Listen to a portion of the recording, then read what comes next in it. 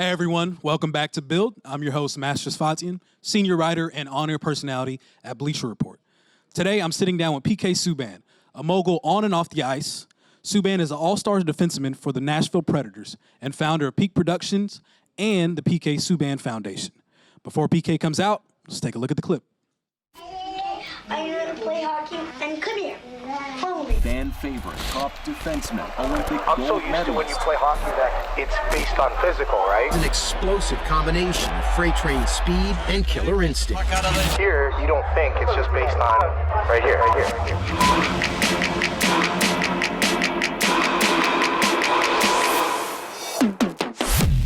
Subban, how would you describe his run through the first 3 rounds? What he's done has to be applauded. Your Central Division captain from the Nashville Predators, number 76, PK Subban.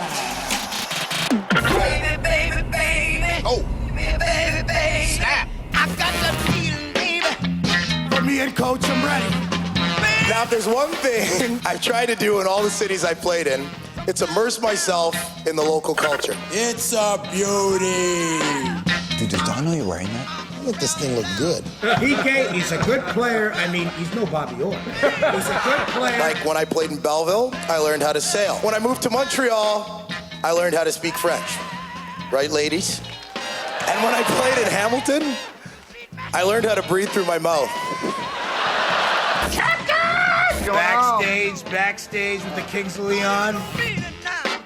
Lindsay's birthday coming up. Oh, look at her nice little cake. He went on to tell me that my breath smelled bad, and I really don't understand why, because I use Listerine before the game, so. Fun. Jeff, cut to PK Subban having fun.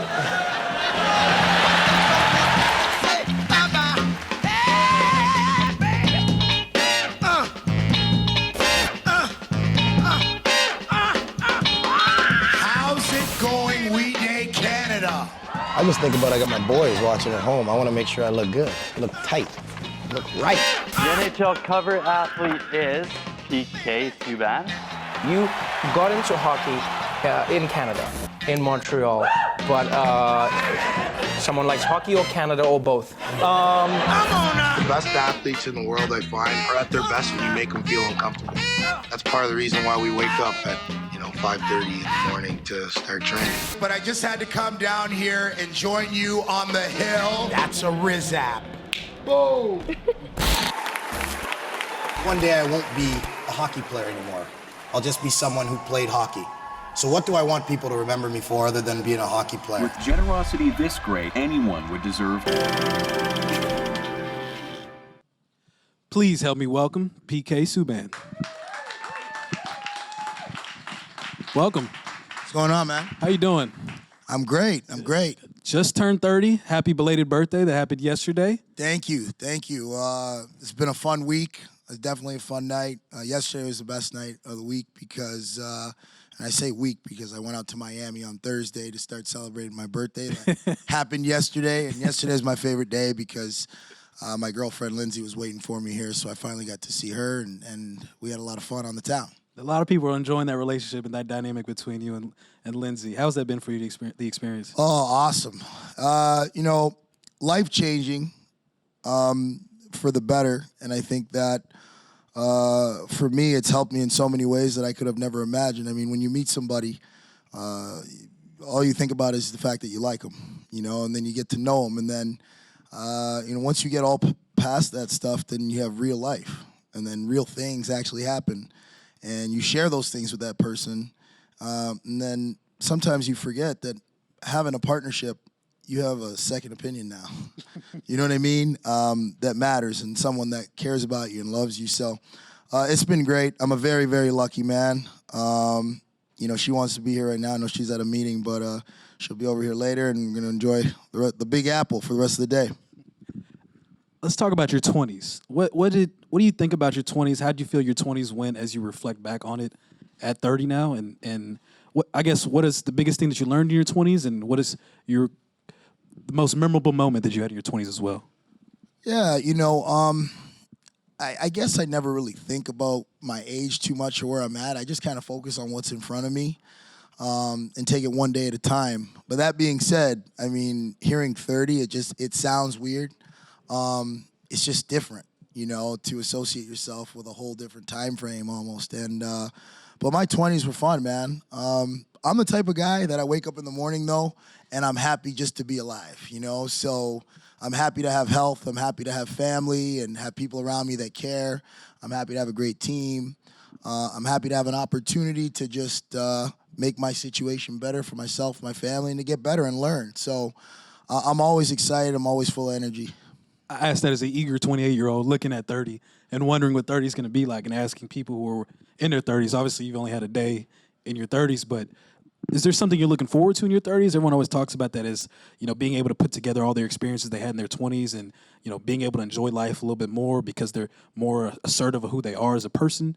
Is there any accomplishments or anything that you look forward to in your 30s in the next decade?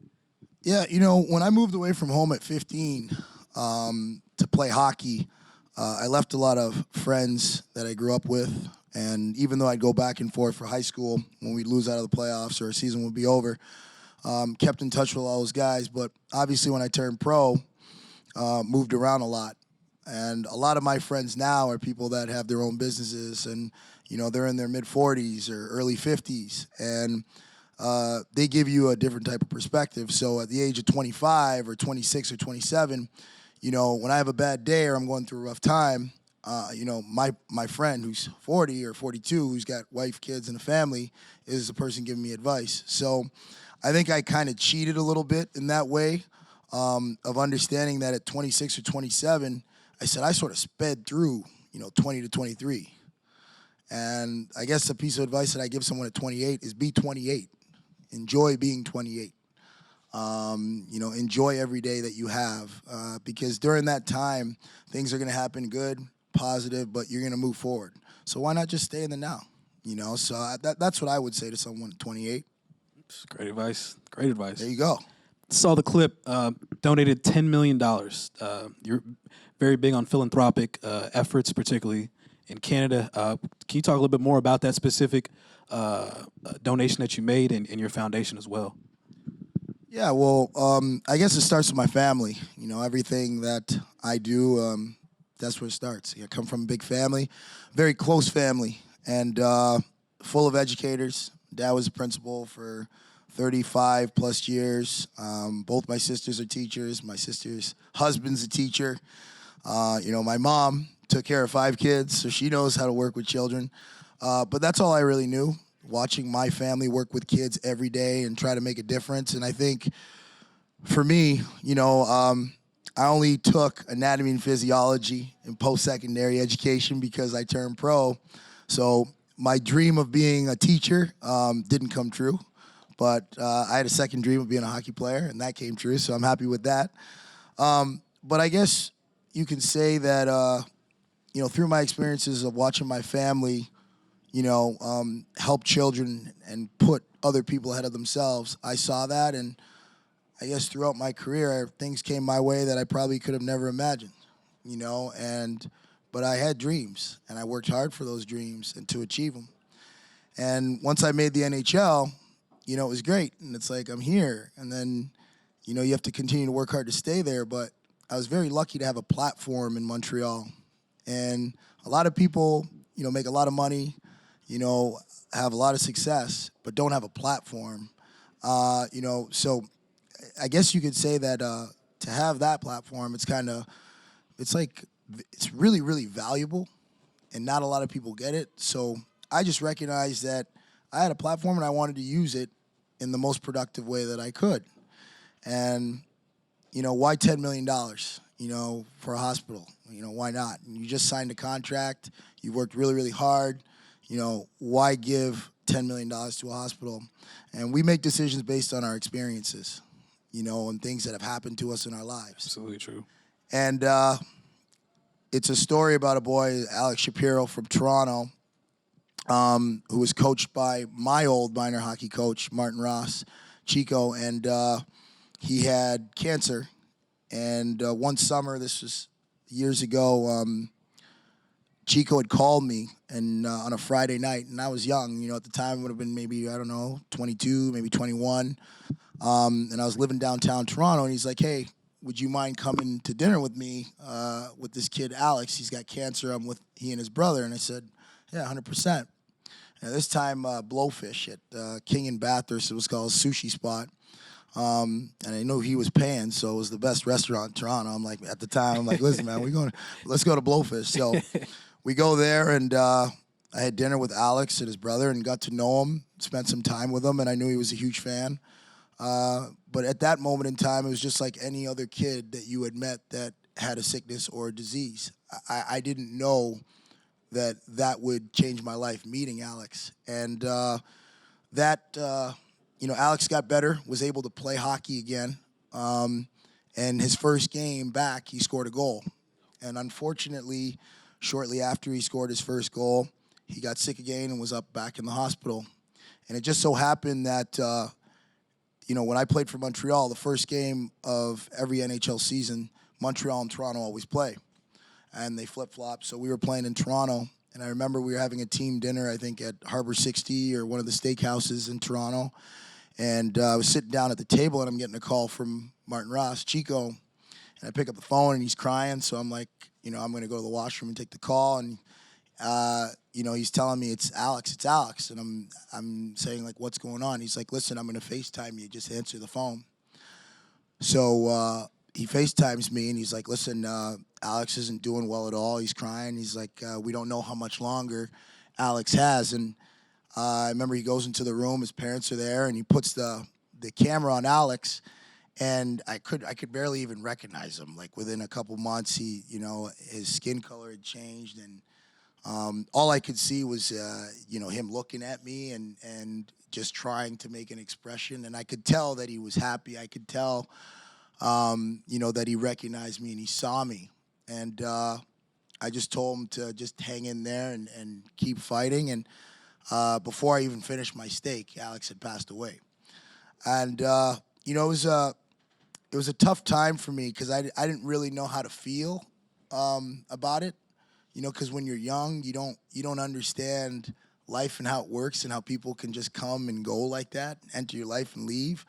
And I didn't really know what to do about it. So at this point, I was 22 and 21, and when you're young playing pro sports, our schedules are really, really hectic, and I couldn't always get home for Christmas. So when I would stay, because Montreal winters, man, Toronto winters, Montreal winters are crazy. So, I didn't want to risk being late for a game or a practice, so I would just stay in Montreal over Christmas. And on Christmas Day, I didn't have any family there. So I would ask the PR department to get some toys and stuff together. And I go to the hospital on Christmas Day and give some toys to the kids and stuff. That was the only way I could really be constructive on Christmas. So started doing that and building a relationship with some of the kids and people, and continue to work hard in Montreal, and obviously put myself in a position for them to make a serious commitment to me. And obviously they did that with the contract. And right away I was given an opportunity now to say that, it's not just about me. It's got to be bigger than just hockey and bigger than just winning games and championships. And I know it is to me, and I wanted to make a difference. Anyway, the hospital reached out to me the summer that I signed it, and they said, we want to come down to your house in Toronto and present something to you. We know that you've talked about wanting to help out with the hospital, and we want to present something to you. I said, sure. So they came all the way down the 401, came to my house up in Nobleton and sat at my dining room table, and they presented me with this booklet of an opportunity. At this point, I had no idea what I was going to do for the hospital, but they showed me what I could do. Mm-hmm. And that's really special, when you have the ability to do something. It's powerful. It's very powerful. And even the story itself you just told was just very touching, and it speaks a lot about you, that you view your platform in a way that it's greater than you. My question for you in that is that, as you mentioned, other people don't have this platform, but there are others that do and are pretty reckless with it. Why do you think beyond yourself, as you mentioned with the family members and aspects as well, but personally for you, why do you continue to do this when, again, you, as you mentioned, you've got the contract, you've got the lifestyle that you want, but you're still looking beyond yourself? Because there's 19,000 families that we've helped so far, and there's kids that I know personally that I Snapchat with at the hospital, Talia Bailey is another girl that I know who I Snapchat regularly, and I mean, I gotta make sure I have 2 or 3 coffees with Talia because she's snapping me all the time. I gotta answer every 5 minutes. I'm like, Talia, I'm with Lindsay, and she's like, I miss you, and I'm like, I miss you too, But she had cancer, and she was in the hospital for a very, very long time, too long, and since our donation in the hospital, she actually got a whole lot better, so much better that she left the hospital and she's going to school now and she's living a normal life. That's incredible. And but you know what? That being said, it's great. It's a feel-good story. But there's a lot of kids that don't go home, that are still there. There's a lot of kids that pass away. And that's just the reality of it. I guess, for me, when I walk through the hospital and I see the kids and I do my rounds, it's not for everyone. I have a lot of friends that can't do it, that literally can't walk through the hospital, But I do it, and I get through it, and you know something? I'm not perfect, but it makes me feel better that I'm doing something for someone, And I guess a part of it feels, I feel that I've worked hard for everything that I've gotten. Mm-hmm. But when you see people like that, sometimes you feel you don't deserve it, And I guess, yeah, the donation has been the greatest thing that I've ever accomplished in my life. Absolutely, and understandably so. And I mean, obviously, you've had a remarkable career, and you've been known for your personality. And you also started up your own production company, Peak Productions. Started off with a project that you partnered up with the NBC Sports. Why did you create your own production company, and what's been that experience like? As we see more and more athletes doing that, but very few have the personality and the fashion styles and looks that you have. So how is that? How have you been able to piece together all these natural gifts that you already have into your production label? Because I think of myself as someone that plays hockey, or somebody, excuse me. I see myself as someone who just plays hockey, not as a hockey player, and... break that down. What do you mean by that?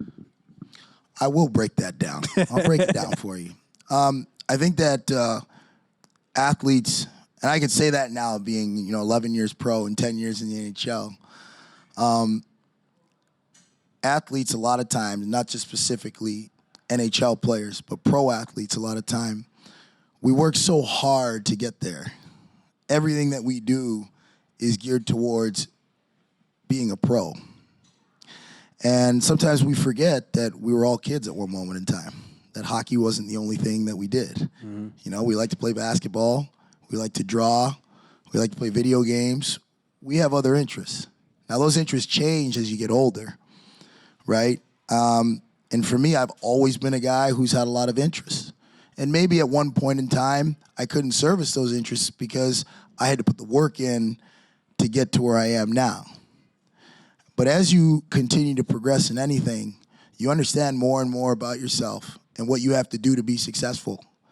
And I think I've been able to understand what I have to do to be successful as my career has gone on, because we don't have a lot of time.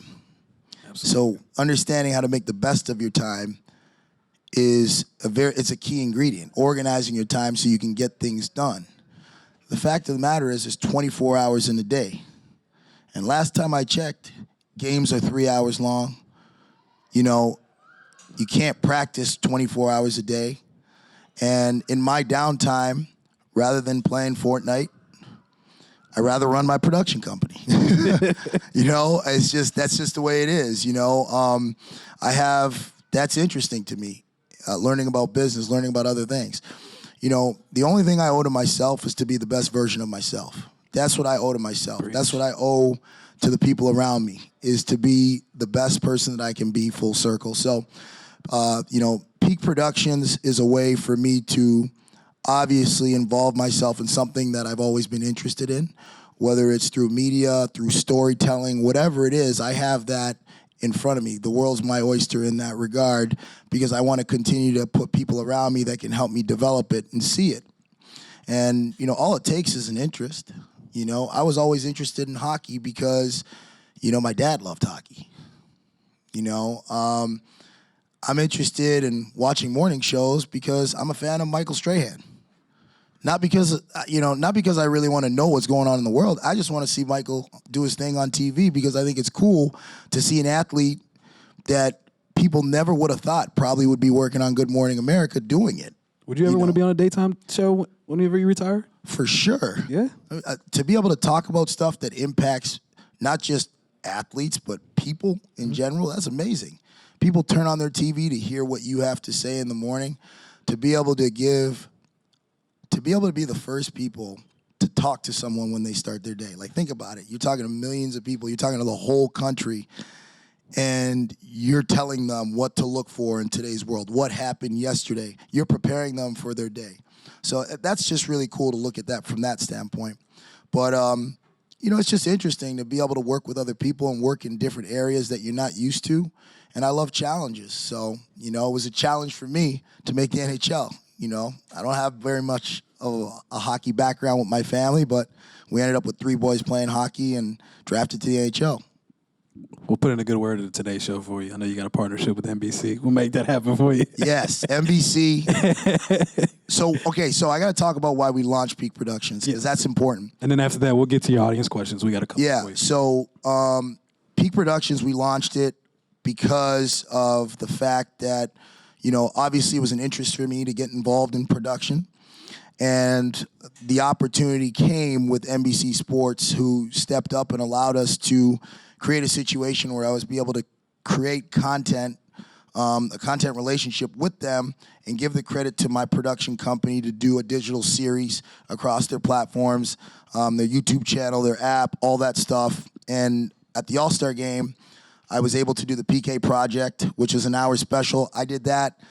I never really did anything like that before in hosting a show. So it was really cool. So those 2 projects were the main reason of why we launched the Peak Productions. So now we're looking forward to other projects and different interests of mine. But with the digital series, it's really cool because I got to kind of show a side of myself and within the game of hockey, but within my life as well and my different interests of whether it's fashion and, doing a cool skit with Lee Bryce, going out to his place out in Brentwood and, where he's got tons of guns and all this stuff. Because I'm not from Nashville, I'm Canadian, but just to understand the culture of music and all that stuff out there was really, really cool.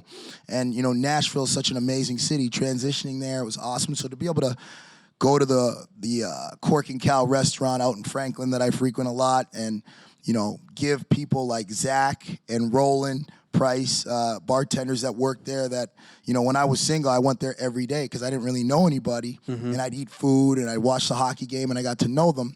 So to be able to share all of that, share those relationships that I built going in Nashville was just really cool because I think there's been a lot of question marks around me transitioning there and how do I like it because I loved Montreal so much. I love Nashville. And it was great to be able to share that through the project. And with the special, it was, it was probably my best media experience I've ever had, hosting a show and just understand that I could do it, and have fun with it. And it was a lot of fun. I really enjoyed it. That's amazing. That's dope. That's really dope. We got 3 audience questions for you right now. We'll start with the first one here. Hey. What's up, man? Not much. So we actually have a question from an online viewer who's a hockey player from Australia. He wants to know, he wrote, I broke my leg from blocking a shot playing ice hockey 4 months ago, and I'm just starting the recovery process and starting to walk again. Do you have any tips from your previous injuries that may speed up recovery? I want to get back on the ice as soon as possible. Great question. I'm gonna defer to someone and then I'm gonna come back to myself. So Lindsey Vonn, my girlfriend, is amazing. She's beautiful. She's smart. She's intelligent. But the one thing that everybody knows about Lindsey is how tough she is. She's tough. She's a lot tougher than me. Okay? And it's actually interesting that what happened to him with his leg because Lindsey just had surgery on her LCL. Surgery on your LCL is like 6 weeks, I think it is, on crutches. Lindsey spent 2 weeks on crutches. Wow. She was walking without crutches. Lindsey every day has a regimen of how she rehabs, ices, flushes, rehabs, exercises, activation. If you want to come back quickly. There's no secret to it other than you have to be locked in to what you have to do to get, the muscle, the tissue, the ligaments, the bones, whatever it is, whatever your issue is, what are you doing? What research are you doing? What are your trainers doing to make sure that you're doing everything possible to create circulation if it's tissue with bones, whether it's they have these stimulant things that promote bone growth, all those things. So I would just say to him that know your routine and stick to it. People get sloppy. When you have surgery, it's mentally taxing, especially as an athlete, but you have to grind it out because I'm telling you, when you get to week 4 and you're like, oh man, I'm starting to feel a little bit better. Wow, I can actually put pressure on it. Well, think about if you would have stuck to your routine all those days where you got sloppy that you missed, you could have feel even better. So you got to just keep your head down and do the work. It's hard being injured. This year I was out for 21 games, this year with an injury. That's 5 weeks where I couldn't do anything. I couldn't skate. I couldn't even ride the bike. So I understand what it's like mentally to do it. And my friends were all worried about me. But I was normal. I would be frustrated at times, but for me, it's like I just worry about what I can control. So I would tell them, focus on the things that you can control, and that's sticking to your routine and getting the stuff done that you need to get healthy. Great response there. Our second question, go ahead, sir. Hey, PK. First off, thank you so much for taking the time to come down and talk. You've built yourself an incredible brand, but not only that, you know how to market yourself so well. And yet you play in a league where there are so many superstar players and yet not so many superstar brands like yours. What lessons do you think the league or other players could take to heart so that they feel more willing to either speak out or help themselves build their brands more publicly? Well, first of all, you got to be yourself because everyone's taken. I can't be him, I can't be you, right? So all I can do is be myself. If it just so happens that being myself has people be interested in what I'm doing or my brand or what my interests are, I can't help that. It's flattering, and I'm thankful for all that support. For me, I think with what I've created from a brand, that happened organically. I didn't set out one day and have a plan and say, oh, this is where I want to be in 10 years. I said, I'm going to be myself, and I'm going to do what makes me happy, and I'm going to strive to be the best person and version of myself that I can be. And with that, people take notice to that because what I do is in somewhat ways a lot different from what a lot of athletes do, and that's just me. Everybody's different. When I was 21 and 22 and 23 and 24 and 25 and 26 and 27 of being single, a lot of my teammates went home to their families and their kids. I go home to an empty home. So now I go home to the person that I love, So I may not have as much time to do all this stuff that I'm doing, but I had a lot of time to do these things. So, but you have to be fine with secure with not being with somebody at that time to do what you got to do. It just so happens I didn't meet somebody that was worth dating. So, I was single. It worked out for me. It helped. But as far as it goes to branding, you need time to do that, and you have to be willing to put in the time. I do the things that I do because it doesn't feel like work. It makes me actually better at my job to have other interests because it gets my mind off the game. The season's so long, so I love what I do. I can't encourage anybody in the NHL to do what I do because I know how it makes me feel. It makes me feel good. It gives me energy. It makes me want to be a better player on the ice. It makes me go to the rink every day hungry to get back to doing what I love to do, and that's play hockey, what I dreamed about doing. So, I think that with the league, they've continued to progress. I think that everybody's got to do their part to be themselves. I think the league is, in my opinion, the league with the most potential. And I think that we're starting to see that in a lot of different ways. With expansion teams going to Vegas and all this stuff, it's all good.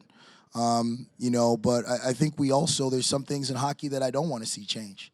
There's some things a part of that culture that I don't. But I definitely think that there's areas that we can improve. I think we have the people in place to do that. And I think that we're trying to find ways to make our game a better game. And that's all I'm trying to do If, the stuff that I do and with my production company or with my partners, if it helps me, but it also helps the growth of the game, then great. Because there's nothing more than I would love to do than to give back to a game that's given me so much. I think it's best to end on that note right there. PK, thank you so much for the time. Happy belated birthday as well, and I hope you enjoy the rest of the week and have a fruitful and prosperous 30s for you as well. So thank you so much for the time. Thanks, man. Absolutely. Hey, well, quick question. You asking me questions. I gotta ask you one question. Did Jessica Alba or who drank out of this cup? I don't know. I'm hoping Gabrielle had this one. I don't know if we can confirm. Did y'all give us new cups or all these new ones? Oh, I don't see no lipstick. Thanks, man. Take care, man. Appreciate it.